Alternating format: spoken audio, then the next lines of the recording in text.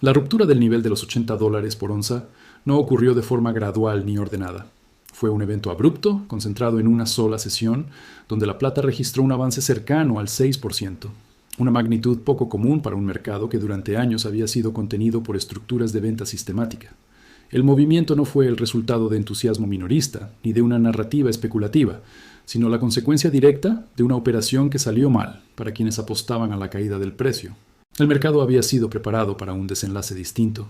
La acción previa sugería una continuación bajista diseñada para reforzar la confianza de los vendedores en corto.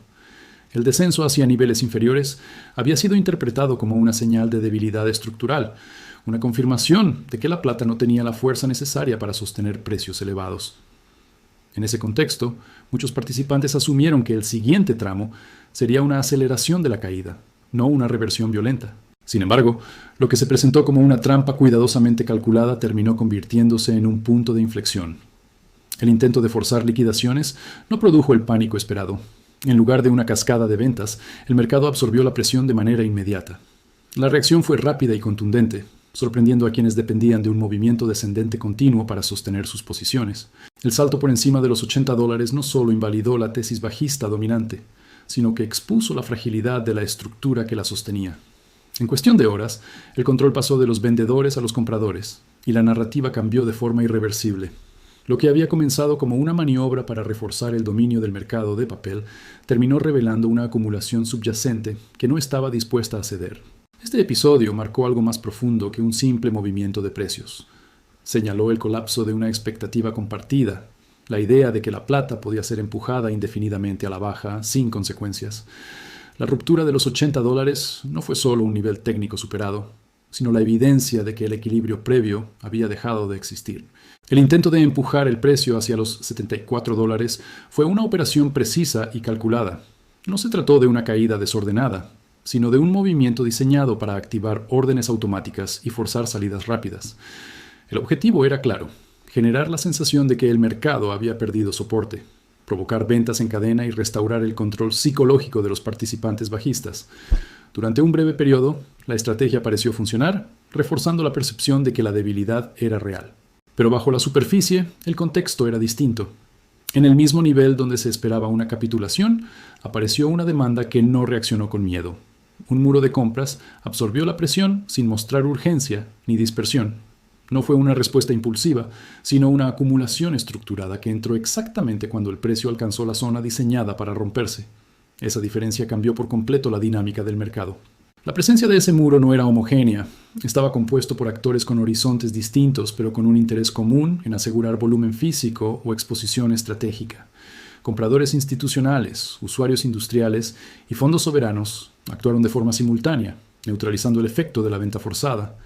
La caída perdió tracción porque, a diferencia de episodios anteriores, no encontró vacío al otro lado del libro de órdenes. La incapacidad del mercado para mantenerse por debajo de los $74 fue la primera señal de que la operación había fallado. Cada intento adicional de presión bajista era absorbido con mayor rapidez, reduciendo el margen de maniobra de quienes necesitaban una continuación descendente. El tiempo comenzó a jugar en contra de los vendedores, ya que el precio no solo dejó de caer, sino que empezó a estabilizarse en una zona donde la narrativa bajista ya no podía sostenerse. Cuando el mercado giró, lo hizo con velocidad. La transición de absorción silenciosa a impulso alcista fue inmediata, dejando sin salida ordenada a quienes habían apostado por la ruptura. La trampa, diseñada para capturar compradores, terminó capturando a los propios vendedores. El intento de control a través del miedo reveló, en cambio, una profundidad de demanda que no había sido visible en el precio. Este fallo no fue técnico, sino estructural. Mostró que el mercado ya no respondía de manera predecible a los mismos estímulos. La estrategia que había funcionado durante años dejó de ser efectiva en un solo movimiento, y esa ruptura marcó el inicio de una fase completamente distinta. La consecuencia inmediata de ese fallo fue el atrapamiento masivo de posiciones en corto. Los vendedores que habían apostado a una continuación de la caída se encontraron en una situación asimétrica. El precio ya no descendía, pero sus obligaciones seguían activas. Cada minuto que pasaba sin una nueva ruptura a la baja aumentaba la presión financiera y psicológica sobre esas posiciones, transformando una estrategia ofensiva en una postura defensiva. Cuando el precio comenzó a subir con fuerza, la dinámica cambió por completo. El avance no fue impulsado por nuevas compras especulativas, sino por la necesidad urgente de cerrar posiciones perdedoras. Los vendedores en corto se vieron obligados a recomprar contratos para limitar daños, alimentando un movimiento que ya no respondía a la oferta y la demanda normales, sino a la mecánica interna del apalancamiento. La subida se retroalimentó a sí misma. Este proceso expuso la vulnerabilidad de una estructura sostenida por expectativas de control continuo. La rapidez del movimiento dejó sin tiempo a una reorganización ordenada. Las coberturas se ejecutaron de forma simultánea, generando una aceleración que superó cualquier intento de contención. Lo que había comenzado como una defensa del precio se convirtió en una carrera por salir antes de que las pérdidas se ampliaran. La magnitud del movimiento evidenció que las posiciones en corto no eran marginales. La reacción del mercado confirmó que existía una acumulación significativa de apuestas bajistas, dependientes de una estabilidad que ya no estaba presente. Al romperse ese equilibrio, el ajuste fue inmediato y violento, reflejando la fragilidad de una estructura construida sobre supuestos que dejaron de cumplirse. El short squeeze no fue un evento aislado, sino la manifestación visible de un cambio más profundo. Mostró que el precio ya no podía ser dirigido únicamente por la presión del mercado de papel. La necesidad de cubrir pérdidas expuso un desajuste entre la oferta disponible y las obligaciones existentes, y ese desajuste se tradujo en un movimiento que redefinió el rango operativo de la plata. Con ese ajuste, el mercado entró en una nueva fase, donde la volatilidad dejó de ser una anomalía y pasó a ser una característica central. La liquidación forzada de posiciones en corto no solo impulsó el precio, sino que alteró la percepción de riesgo para todos los participantes. Mientras la plata experimentaba esta transición abrupta, el oro avanzaba de manera paralela, cruzando el umbral de los $4,500. A diferencia del movimiento acelerado de la plata, el avance del oro fue más contenido, cercano al 1%, pero su importancia fue estructural. El oro actuó como el punto de referencia que validó el movimiento en todo el complejo de metales preciosos, confirmando que no se trataba de un episodio aislado. El cruce de ese nivel histórico en el oro no respondió a una reacción emocional del mercado. Fue la continuidad de una tendencia que ya reflejaba tensiones acumuladas en el sistema financiero. Al alcanzar los $4,500, el oro envió una señal clara sobre la pérdida de estabilidad en los activos monetarios tradicionales, estableciendo el marco dentro del cual la plata comenzó a moverse con mayor violencia. La relación entre ambos metales se hizo evidente en la diferencia de velocidad. Mientras el oro avanzaba de forma gradual, la plata reaccionaba con una intensidad desproporcionada. Esta divergencia no implicó debilidad en el oro, sino su función como ancla del movimiento. El oro marcó el rumbo y la plata, históricamente más volátil, respondió ajustando su valoración con mayor rapidez. Este liderazgo del oro fue clave para la interpretación del mercado. Su ruptura validó la idea de que el movimiento no era técnico ni circunstancial, sino parte de una revalorización más amplia de los metales como conjunto. La plata no se movía en el vacío. Estaba reaccionando a un cambio de referencia que ya había sido establecido por el metal monetario dominante. Al consolidarse por encima de ese nivel, el oro reforzó la presión sobre las estructuras que mantenían comprimida a la plata. La estabilidad relativa del oro contrastó con la aceleración de la plata, subrayando una dinámica conocida. Cuando el líder avanza primero, el seguidor tiende a compensar el retraso de manera abrupta.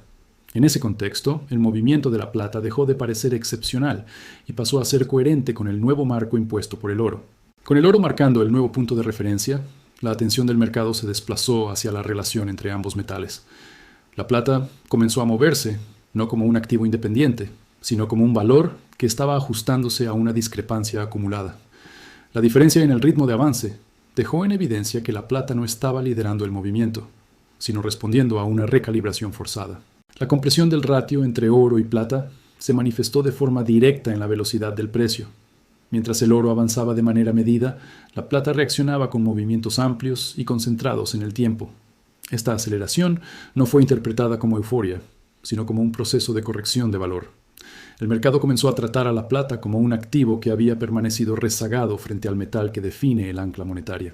El ajuste del ratio implicó que pequeñas variaciones en el oro se tradujeran en desplazamientos mucho mayores en la plata. Este comportamiento reflejó una dinámica conocida por los participantes institucionales. Cuando la referencia se mueve y el diferencial es excesivo, el activo más volátil absorbe la mayor parte del ajuste. La subida del 6% en la plata, frente al avance más moderado del oro, encajó dentro de esa lógica. A medida que el ratio se comprimía, la percepción de infravaloración de la plata se volvió dominante. No fue una conclusión basada en expectativas futuras, sino en la relación inmediata entre ambos precios.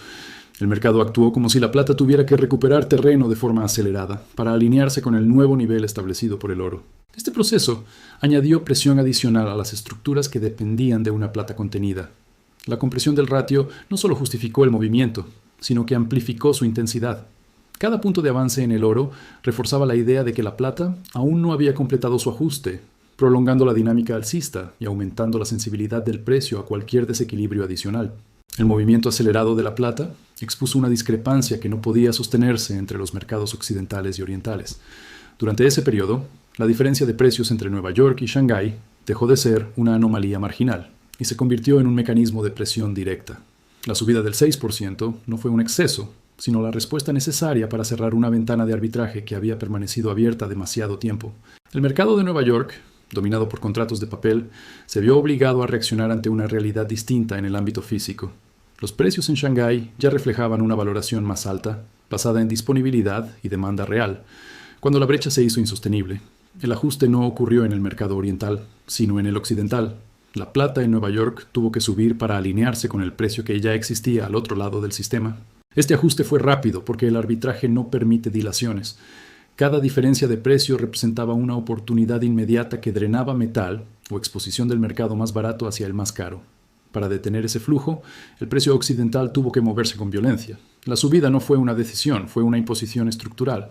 La consecuencia de este proceso fue una validación forzada de la realidad física sobre la narrativa del mercado de papel. La plata dejó de responder a modelos teóricos y pasó a responder a la presión directa de un mercado donde el metal tangible define el valor. El salto de precios fue, en esencia, el cierre de una distorsión acumulada. Al cerrarse la ventana de arbitraje, el mensaje fue claro. El precio ya no podía mantenerse artificialmente separado de la disponibilidad real. La convergencia entre Nueva York y Shanghái marcó un punto en el que el mercado occidental perdió la capacidad de ignorar las señales provenientes del flujo físico. Esa convergencia añadió otra capa de estrés a un sistema que ya estaba bajo presión. La reacción no se limitó a los mercados financieros. El salto abrupto en el precio de la plata generó una respuesta inmediata entre los compradores industriales, especialmente aquellos que dependen de sistemas de entrega just-in-time. Estos actores operan con inventarios mínimos, confiando en la estabilidad del mercado para asegurar suministro continuo. La subida repentina rompió ese supuesto y expuso una vulnerabilidad crítica en su modelo operativo. Ante el riesgo de pagar precios más altos o, peor aún, de no recibir material a tiempo, la conducta cambió de forma abrupta. La prioridad dejó de ser la optimización de costos y pasó a ser la garantía de acceso. Este cambio alteró el equilibrio del mercado físico, ya que la demanda dejó de responder a precios y comenzó a responder a la urgencia. El resultado fue una retirada inmediata de oferta visible. Este comportamiento dio lugar a lo que puede describirse como una huelga de vendedores. Los tenedores de metal físico dejaron de ofrecer inventario en un entorno donde el precio ya no proporcionaba certeza. La visibilidad del suministro se redujo drásticamente, no porque el metal hubiera desaparecido, sino porque nadie estaba dispuesto a desprenderse de él bajo condiciones de alta inestabilidad. La desaparición repentina de inventarios amplificó el impacto del movimiento inicial. Sin oferta disponible para absorber la demanda industrial, cada intento de compra reforzaba la presión alcista. El mercado físico dejó de actuar como amortiguador y se convirtió en un multiplicador del desequilibrio. La volatilidad ya no provenía solo del mercado de contratos, sino de la falta de disponibilidad real. Este episodio mostró cómo un mercado puede pasar rápidamente de la eficiencia a la dislocación. Los sistemas diseñados para operar sin fricción se volvieron frágiles cuando el precio dejó de ser predecible. La combinación de arbitraje cerrado, demanda urgente y oferta retraída creó un entorno donde la continuidad del suministro se volvió incierta. En ese contexto, la plata dejó de comportarse como un simple insumo industrial y comenzó a reflejar un estrés sistémico más amplio. La respuesta de los compradores no fue especulativa, fue defensiva, y esa defensa contribuyó a consolidar un escenario en el que el metal físico se volvió cada vez más difícil de encontrar. El comportamiento de la plata no podía separarse del entorno monetario más amplio en el que se estaba produciendo. El avance simultáneo del oro y la aceleración de la plata reflejaron tensiones que no se originaban en los metales, sino en los activos que tradicionalmente sostienen la confianza del sistema financiero. El mercado de bonos mostraba señales de inestabilidad y esa fragilidad se trasladó directamente a la percepción del dólar. A medida que la confianza en los instrumentos de deuda se deterioraba, los metales comenzaron a absorber un componente monetario que había estado ausente durante años. En el caso de la plata, este retorno fue especialmente violento debido a su doble naturaleza. No solo es un insumo industrial, sino también un activo monetario latente. Cuando esa función reaparece, el ajuste de precio no es gradual. El movimiento no respondió a una búsqueda de rendimiento, sino a una reevaluación del riesgo. La subida de la plata y el oro actuó como un termómetro de la pérdida de credibilidad en los mecanismos tradicionales de estabilidad. El dólar, enfrentado a un entorno de desconfianza, dejó de ser percibido como el único refugio posible.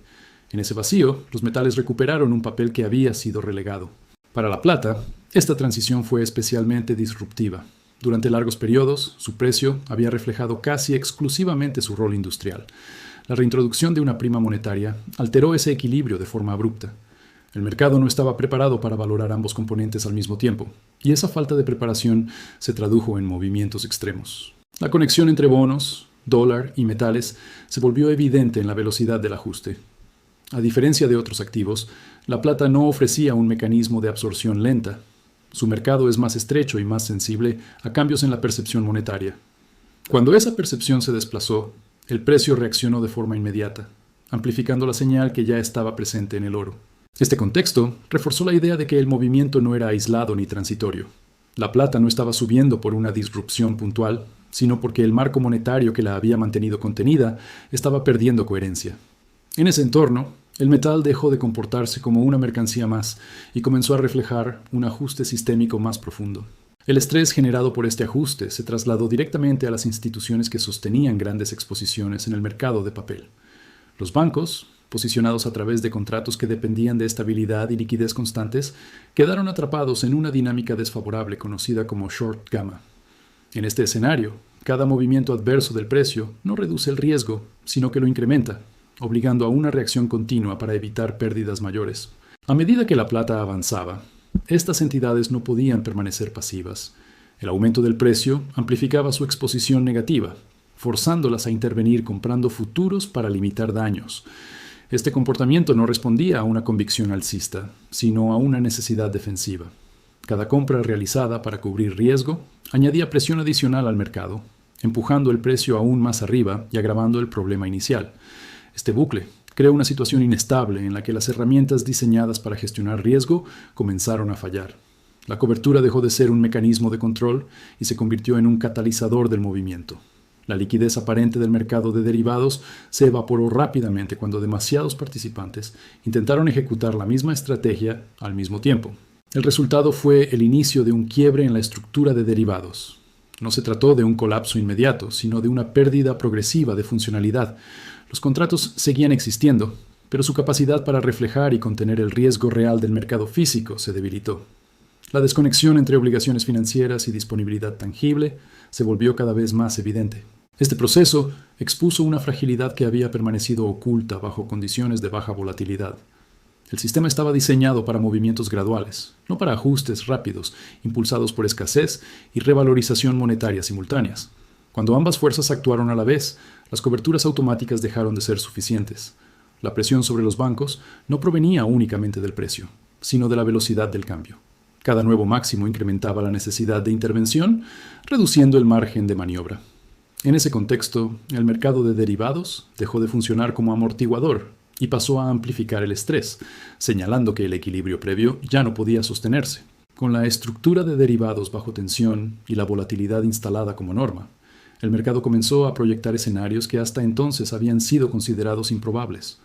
La compresión observada en la relación entre el oro y la plata abrió el camino para niveles que ya no dependían de supuestos teóricos, sino de ajustes aritméticos derivados de esa relación. En ese marco, los niveles de 100 y 150 dólares por onza dejaron de verse como proyecciones extremas y pasaron a integrarse en el rango de resultados posibles. Esta proyección no implicó una trayectoria lineal ni estable. Por el contrario, el escenario planteado estuvo acompañado de una advertencia clara sobre el aumento de la volatilidad. Cada avance en el precio expuso nuevas fragilidades en un sistema que había operado durante años bajo apalancamiento y supresión de movimiento. La liberación de esas tensiones no podía producirse sin episodios de inestabilidad recurrente.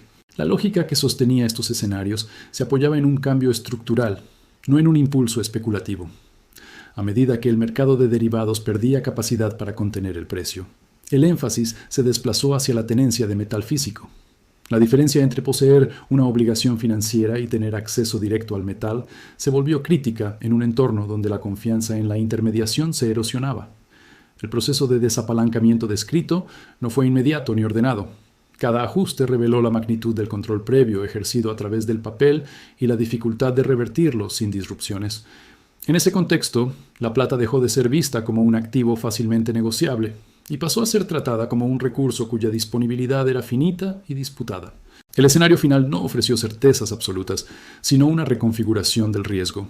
Los niveles proyectados reflejaron la magnitud del desequilibrio acumulado y la velocidad con la que podía corregirse una vez iniciado el proceso. La advertencia implícita fue que el mercado ya no respondía a las reglas de estabilidad que habían dominado el pasado reciente.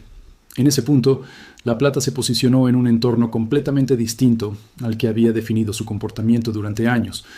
La combinación de ruptura de derivados, compresión de ratios y revalorización monetaria creó un marco donde los precios ya no podían entenderse sin considerar la estructura que los había contenido. El movimiento hacia niveles superiores no fue presentado como una promesa, sino como una consecuencia lógica de un sistema en proceso de reajuste.